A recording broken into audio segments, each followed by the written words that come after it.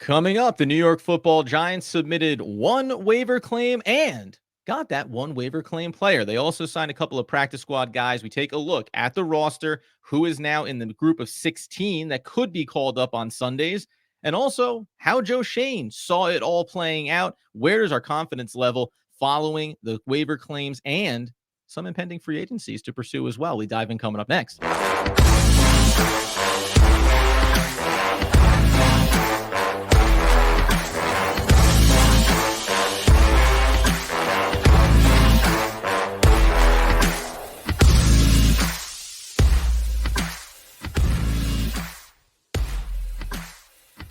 Yes, my friends. It is OGP, the One Giant Podcast, where you know that we are your hosts. Over here, Adam Armbrecht. Over there, Andrew Makowitz. We're healthy, we're wealthy, we're wise. We're talking about the state of the New York Football Giants and what it means for them going forward, as we will be turning our attention exclusively over to the regular season starting next week, because after all the dust settles, Andy, that's what you do. You move forward with the roster you have, and we start to pay attention to it. But there are some interesting notes coming out of this, and we will also, yes, at some point discuss the new number change for one Malik Neighbors.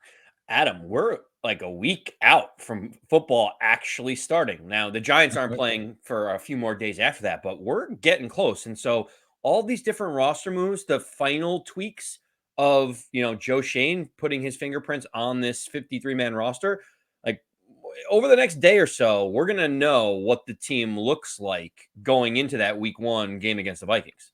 100%. We're going to talk about, again, where the roster currently stands, the claims they made. If you're watching us live on YouTube, or me flying solo for that, covering, okay, you pick up a player, obviously, from the Green Bay Packers. You feel like you've improved that room, maybe from a standpoint of want to have better depth. We know Javarius Owens, he was there. He ends up being the corresponding cut off of the 53. We know that our favorite guy, Alex Johnson, he made it through to the practice squad as well. Okay. But at a high level, before we even talk about it, and the quotes from Joe Schoen here, I find it fascinating because we've had this happen now a couple of times this offseason. Special teams value. Most of the media around the Giants was like, hey, guys like Boykins, there's the veteran, experienced. The Giants really value these players. A guy like Isaiah Hodgins, who made it through the practice squad, but it was, hey, they really love his big game. He usually shows up in the moments that matter most. Allen Robinson, all these players, they didn't end up making the roster. Then you turn around and you also talk about the value of where you want to go in waiver claims. There was a lot of reporting. The Giants are going to put in 1, 2, 3, 4, 5 claims here. Now, they did sign an additional 2 players to the practice squad. So, you can say it's up to 3 here potentially. But I just found it surprising because the general narrative was the back end of this roster needs a lot of improvement. And at least for now, we get right into these Joe Schoen quotes. For now, it looks like, yeah, that's how you perceived it, but that's not how we were talking about it inside the building. I mean, it is strange. I can't tell a lie, Adam. Like I thought, you look at Dan Duggan. He's like, my over under is 4.5 claims that the Giants are going to have. Like he was, I think Art Stapleton and others said, if you're one of the bottom 10 guys on the 53-man roster right now, like rent, don't buy an apartment because you may be out of here. And then Joe Schoen only puts one waiver claim in. They're like, oh, how many did you strike out on? Obviously, Carolina put in a bunch. He's like, we put in one waiver claim and we got the one guy. That was surprising to me. Like just overall. And obviously we talked about the Joe Schoen quotes and you can hit on a couple of them, but it surprised me because we have felt like the Giants' depth is not really there. You've pointed out on Twitter and X before, like no Giant player got claimed, right? Not a single one that we were like, should this guy make the roster? Oh, we can't expose him to waiver claims. Not a single player. Another team said, we want that guy on our roster. So it just shows that our depth isn't where it is. So I just expected at least 2 or 3 claims to be successful for the Giants. Yeah, and there's even some names that we'll talk about later on here on the back end of the episode that didn't get claimed by anybody. So on the one hand, you could say, well, it wasn't like there was a value there to go grab. Will they end up maybe being a signing for the Giants? Or is it that there really is some confidence around this team, this organization, specifically maybe around players that we didn't get a chance to see because of injury? Where do we stand when we talk about a player like Cordell Flott? Absence normally makes the heart grow fonder, but it feels like absence has made us forget. we don't know. We haven't seen them playing out there. So maybe all of a sudden week 1, it looks consistent enough that we say, okay, that's where the confidence was and they were navigating this. But with all the conversation, obviously, around the Giants and around the secondary depth, it felt like something was coming. And oh, by the way, they also cut, Trey Herndon, who was in camp and a veteran, right? Like they made moves that felt like they were clearing out the room a little bit, potentially to bring in some new players. When we talk about Joe Schoen and the way that he spoke about it, he had a somewhat blunt response. As you said, we put in one claim and they got it.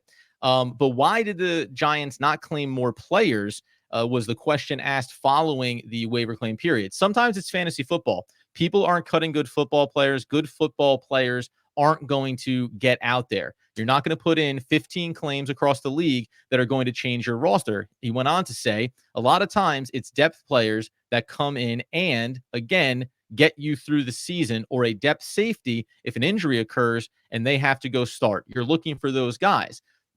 The answer on its face is good. Like, we never suggested that the Giants were going out and claiming starters when it came to cuts across the league.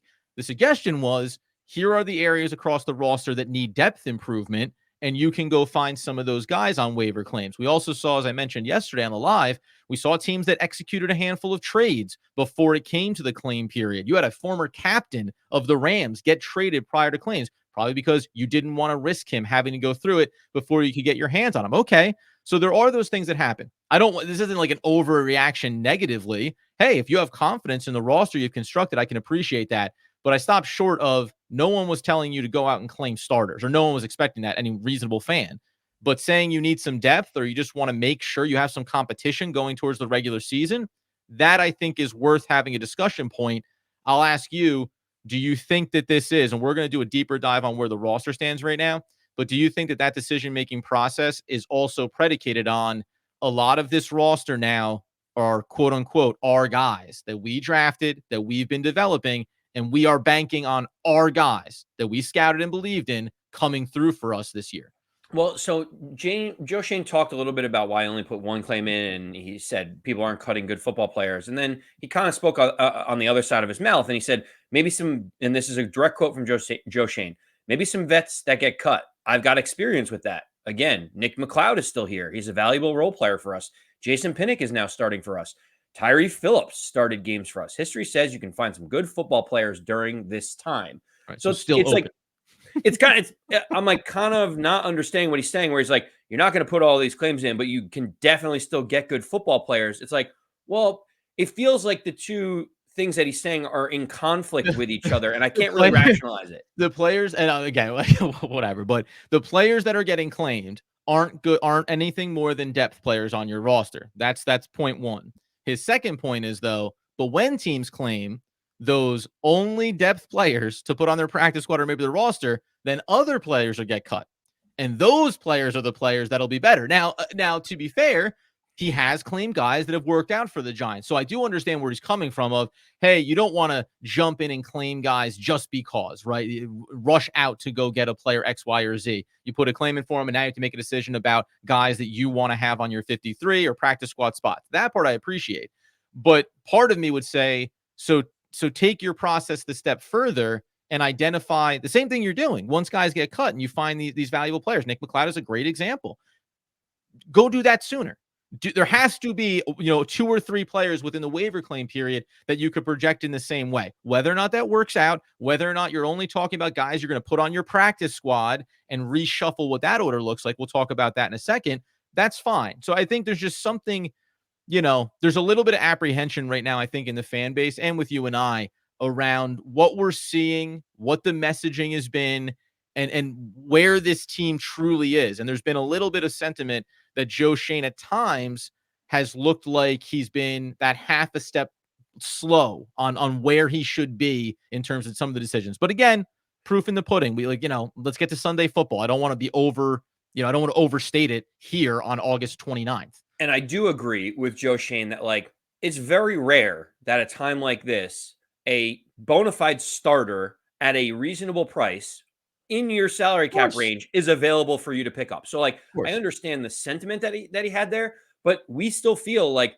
if certain players didn't make the roster and you signed them to the practice squad, like, there were guys out there that could improve this team, especially in the cornerback room. Now, we've talked about the singular claim. I know you put the episode out there yesterday about the singular claim that the Giants put in for Anthony Johnson, but it did feel like there were other players where you were interested in whether or not they could be part of this roster, and they may even still be free agents right now. That's right. So coming up here in a second, let's talk about not only the practice squad and where it currently stands with a couple of new additions. Then let's also turn over to players that were available and can still be available, and one name that was claimed, which I had highlighted as being a potential target for Big Blue on the waiver wire. We'll dive into that as we continue coming up next. Okay, so as we turn things over here for the New York Football Giants, quickly just on where the practice squad currently stands for them. I mentioned they did make two other additional moves, excuse me. Art Green, it was reported this morning that he was also brought in to the practice squad. Then you have currently standing a practice squad that has familiar names like Isaiah Hodgins, Miles Boykin, Lawrence Cager ends up getting through there, Jakob Johnson, Joshua Miles on the offensive line, along with Marcellus Johnson. You also have KJ Cloyd, who we were a fan of, Timon Fox, maybe showed enough in that last game to want to be a guy you wanted in on your practice squad. Andy's favorite, Dante Miller, he makes it through. Casey Rogers, Raheem Lane, little surprise there. My favorite, Alex Johnson, Jimmy Morrissey, as it's written here. I don't know why that getting Doors references in my mind. Also the kicker, June McCarney, and then also Ty Summers. That's one of the first new guys was Ty Summers, linebacker. He got brought into the practice squad, and then you also get Art Green in the secondary as well. That was the practice squad. Most guys that I think we anticipated being there in terms of it, nothing really surprising there. Maybe, like I said, outside of Raheem Lane, I just thought was an interesting one, though I don't know. They didn't have a corresponding cut to add Green. They were only at 15, so I got them to 16. Yeah, it's an interesting list. I'm pleased to see certain players on it. Obviously, there was a lot of talk about you can't let Isaiah Hodgins go. He's a valuable member. Another team's going to pick him up. Or, No. a lot of times these players that don't make the roster, I feel slighted. They're like, well, you didn't believe in me. Now I'll go somewhere else where I get a brand new, perspective. Look at a guy like Allen Robinson, who got cut by the Giants, has already signed either to the practice squad or the roster with the Detroit Lions, knowing that there is plenty of targets behind Amon-Ra St. Brown for the Lions. That seemed like a really good move for Allen Robinson. And now listen, that's a practice squad, so it's not like we'll see if he gets elevated. I would suspect that he might, because he had a very good camp and showed that he's still capable of being a contributor, 30 years old veteran. This would be a good example of, and we don't know, but a good example of, hey, we're going to maybe think about cutting Allen Robinson. I don't suspect that there was any deal to be made with the Detroit Lions, right? Even if it was just saying, our early sixth rounder, your late sixth rounder for our early seventh rounder, a 5 to 10 margin move, maybe when it comes to draft capital pick. I wonder about things like that. This isn't a judgment or anything on Joe Schoen, but things like that, when you see him get picked up by a deep team that does have some need at the wide receiver room, I wonder. Now, I'll also take the step back and say, we may come to pass that Allen Robinson doesn't see the field for the NFL level team, or doesn't see more than 5 targets this entire season, or gets cut over the next 10 days when another player needs to happen here. So there is also that relativity to some of where these players land and what they're looking for. They're saying, hey, come in, take a flyer, see how you fit. Maybe it doesn't work out. Teams are still doing a bit of that as well. Can we plug a hole? Sometimes you still have to get a guy in the building to know for sure, but this is a player that they saw firsthand when the Giants met them in week 1 of the preseason. It was something that I had mentioned a few times, like these joint practices and these things that happen. Obviously, they saw enough from Allen Robinson to say, we want you to be here. And Adam, when you're dealing with vested veterans and the practice squad or the 53, I don't really put too much stock into like which one they're on, because they're not susceptible to waivers. They can sign with whoever they want. So there may be an agreement between the Lions. It's like, hey, you're on the practice squad for now. If you can pick up the play, as soon as you pick up the playbook, you're active on our week 1 or week 2 roster. But keeping you on the practice squad allows us flexibility to be able to make other transactions and not just have you eating away a roster spot. Like, it's sometimes these vested veterans have mutual agreements that they'll eventually be called up. Whereas other teams, like, you look at a guy that's not a vested veteran, he gets released. He could get claimed by someone. He could be signed to another roster. It's just a little bit different for older veteran guys like that. And certainly, just as a footnote here, too, on the Ty Summers claim, the linebacker has played with Green Bay, played with Jacksonville, played with the Saints. Most notably, when you look at his snap counts, this is a guy that has played at least 73% or more of special teams snaps when it comes to game days on Sundays. Has not played hardly, any real defensive snaps. He hasn't played a defensive snap since 2021, where he played 3% or 29. Year prior with Green Bay in 2020, 126 or 17%. So this is a special teams depth player. So don't anticipate that this was the move that helps cement or solidify the linebacker room in some way if you need to call him up. But it is still a nice value to have when you talk about a player like Adams going on the designated to return. So he's going to miss the first 4 weeks. Then you have a 21-day window. Maybe you'll need this body to call up. So that to be the footnote for me when we look at a player like that. Art Green wise, I don't know if you have any particular opinion on what the Giants are getting when they bring in a player like that and whether or not we think we'll see him.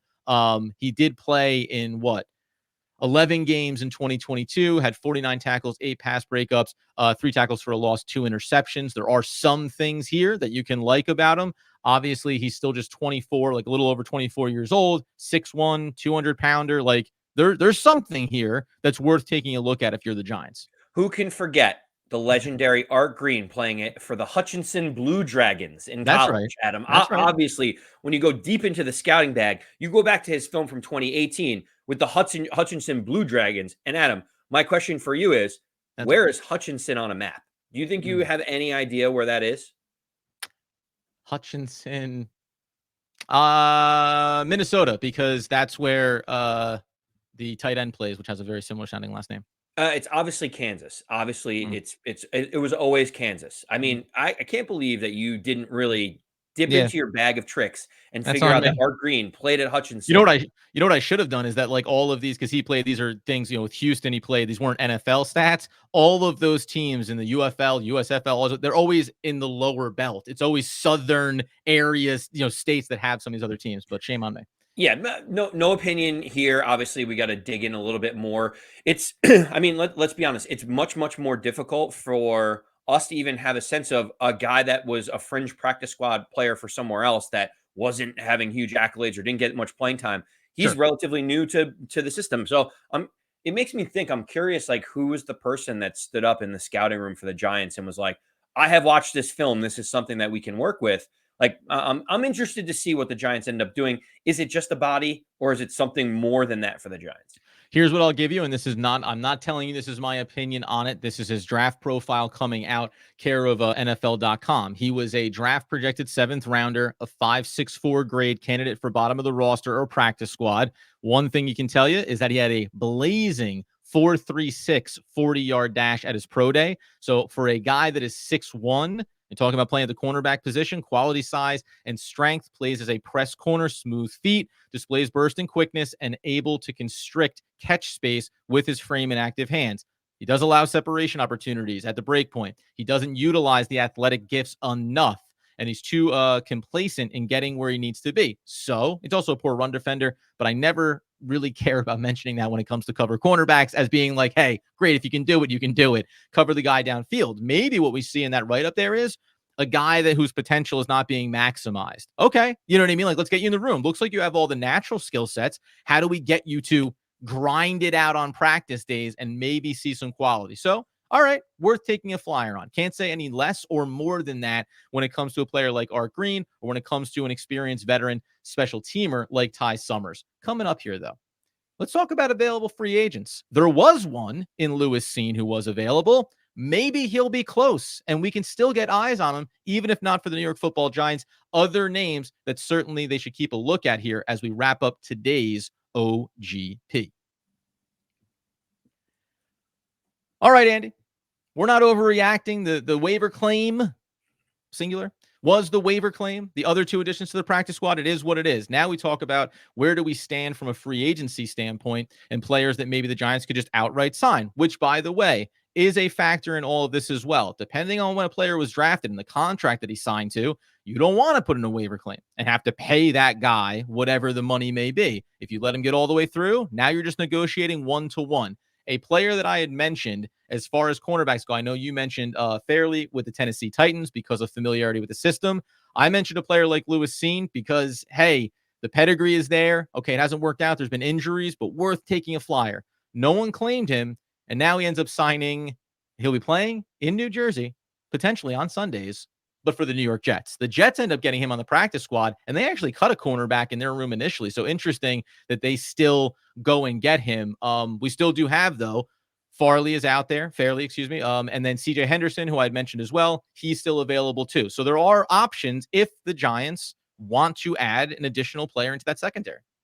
Yeah, I couldn't agree more. There's obviously a few names out there. I'm curious to see if the Giants are saying, we didn't like them at their price tag, which was Right. whatever it was previously. Obviously, with Caleb Fairley, he was on a first round draft pick rookie deal, but it was 2.7 or 2.8 million. If you're talking about like a fringe guy, are you really going to spend that much money on someone like that? Right. But at the veteran minimum or whatever the minimum is you can sign him, is it worth it to bring that type of person in?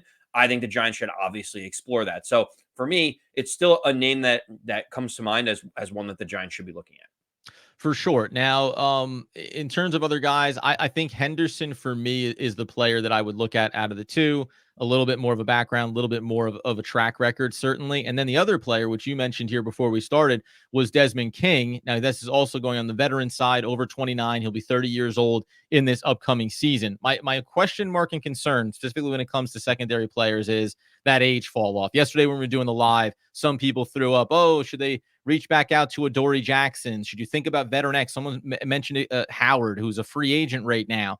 Between one price point, which we've mentioned before, but then also it's like cornerbacks fall off when that speed leaves you. It can leave you in a hurry, and that really does it changes the dynamic of it, especially in today's NFL. So sometimes these veteran players, I have a hard time getting excited about bringing in, but I don't know. There's equal and maybe more value than looking at players that I talk about, like Lewis Seen, who has very limited sample, hasn't looked so good, but I'm like, he's still young, so maybe there's something there. Do you think a guy like Desmond King is worth the look? I can't believe that the Giants aren't trying to bring him in and sign him immediately to the roster, Adam. I saw him get released and I was surprised because Desmond King is a name that I know. And I'm like, Sure. why do I know this name for so long? And it's like, well, he is 29 years old. He was an all-pro player before in 2018 and I think 2019 he was a Pro Bowl player. So he has the accolades to be able to do 6 years ago, but yeah. Yeah, similar to Adoree Jackson and Right, that right. was a few years ago. The difference is Adoree Jackson's Pro Football Focus rating and coverage ratings were terrible last year. He was a 43.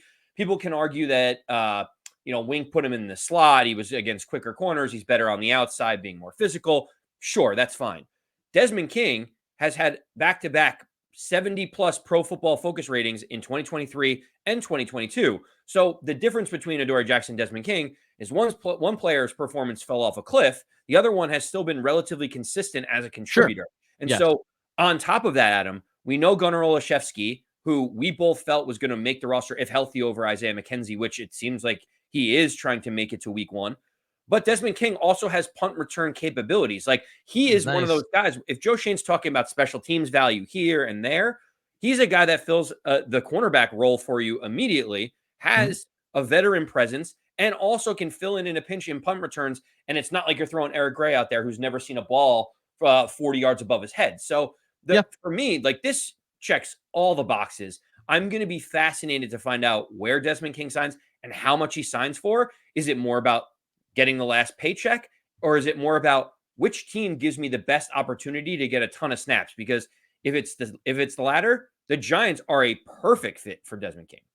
Yeah, it's a good point you bring up, and we talk about that return value as well. Something that I had mentioned yesterday too, just about with the new kickoff rules, it does feel like there's an opportunity to actually have that be a strength again, right? In years past, now we know it's blasting them out of the end zone. And listen, the Giants weren't even doing the bare bones minimum of having guys that could catch the ball and fair catch the ball and hold on to it. They were trying to subject rookie running backs to get back there and make it happen with zero experience prior.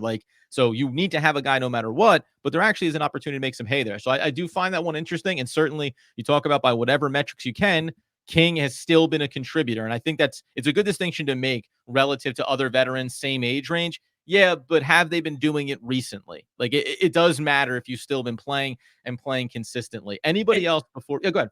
Well, the only thing I was going to say too is, again, this is not solving our cornerback number 2 problem, right? Like, No, he but got you need released by the Texans. He's not the guy that cures everything. He's not a big marquee free agent like a Stephon Gilmore where you're like, I'm paying him to be XYZ. It's a guy that I think can contribute in that room, especially with all the question marks around can Cordell Flott play on the outside? What is Nick McLeod? If he ends up getting a huge ton of snaps, what does that look like?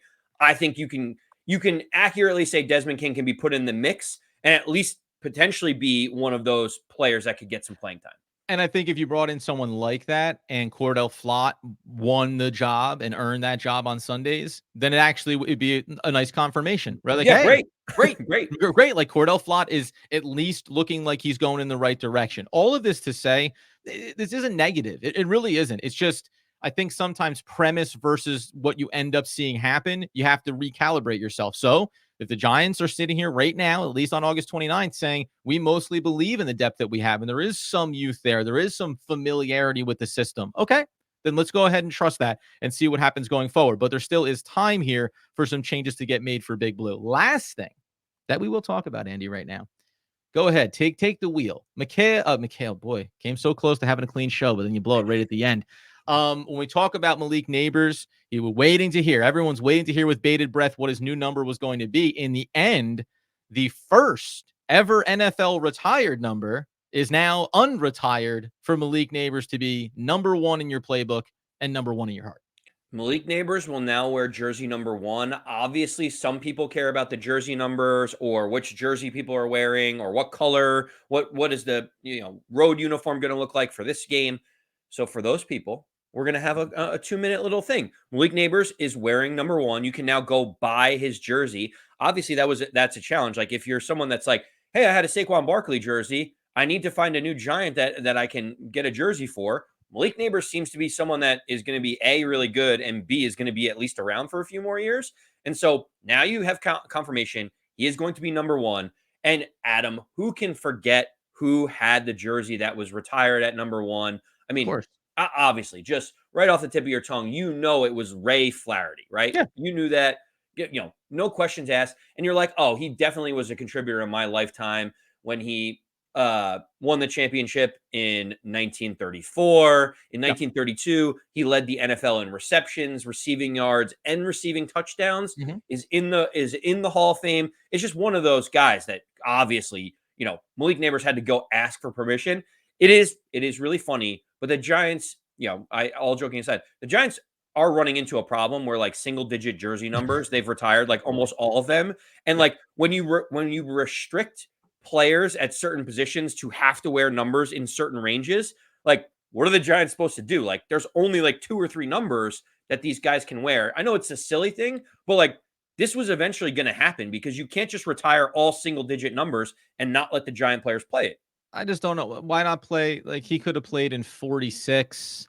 He could have played in 73. He could have played in 90, 99. There were so many options out there. To have to go and disrespect the memory of Ray Flaherty just seems upsetting. By the way, man, when you talk about 21 catches, 350 yards, and 5 touchdowns leading the league, that is what we talk about, a game changer in the 1932 era. Listen, the historic context of the value of players like that in the early days of the New York football franchise, like there's a difference as to why these numbers get retired. But we will give you this because I'm nothing if not thorough when it comes to topics that I really could not care any less about. Thank you to the Flaherty family for allowing me to wear number 1 for the New York Giants, Neighbors said in a statement released by the team. I understand the responsibility and I will do everything in my power to honor the Flaherty family and this organization.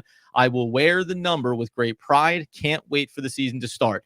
I use that just to say that for whatever it was in the combine and leading up to it, and we talked about Rome Odunze and personalities and leadership and all these things, Malik Neighbors has done absolutely nothing but everything you want him to do coming in the door. Has looked electric on the field, seems to be understand exactly what his role and responsibilities are. Like he has been now the model version of a draft pick that you want coming in the door. And we already understand kind of the hype train that is building behind him. When we talk about early, coming out of the draft, when they first drafted him, I already put my stamp on it. Yes, he's going to be a 1,000+ yard receiver. Yes, he's going to see massive volume in terms of targets. I'm pretty bullish on where he could stand in having one of the all-time great rookie wide receiver years coming up here, assuming all the pieces come together on offense. I mean, man, at the end of the day, ChatGPT killed it for Malik Neighbors on that thank you note that he wrote. Like, come on now. I mean, if you're like, I'm the guy that doesn't care about it, and you're the guy making jokes. How dare you?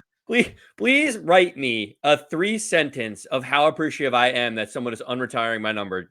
Bink, and like just end scene. Listen, these are the types of things that are happening. We're going to be focusing on games and predictions, and we're going to move past all this different roster stuff of who's going to be on the practice squad and who's not in short order, because we are basically 10 days out from actual football being played for the Giants, and we're only 7 days out from actual football being played around the NFL. At the end of the day, Andy, tomorrow will be the last look back before we exclusively start looking forward. Tomorrow, we want to take a look at where Joe Schoen has come heading into year number 3. He's had 3 off seasons. He's had 3 draft classes. Let's take a look at the successes that he's had and the players that can certainly take it from being pretty good to maybe being a great 3 off-season reclamation of the New York Football Giants. There are questions to be asked about him here, and we certainly are going to have a keen eye on how this team performs, how Brian Daboll coaches, and where we think this franchise is headed in year 3 of the Daboll Schoen ticket. That'll be tomorrow, because come Monday, Minnesota Vikings, week 1, winning football games is going to be the sole focus for OGP and for every Giant fan out there. You can get us, though, on YouTube, where we're going live at least once a week. You saw me there yesterday. We actually went twice this week because there was so much breaking news. Also on your podcast feeds, please go over and subscribe. Get those downloads pumping for us. We really, really appreciate it. Check out our sponsors as well. All the information in the show notes.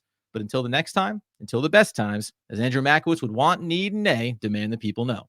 As always, let's go Big Blue.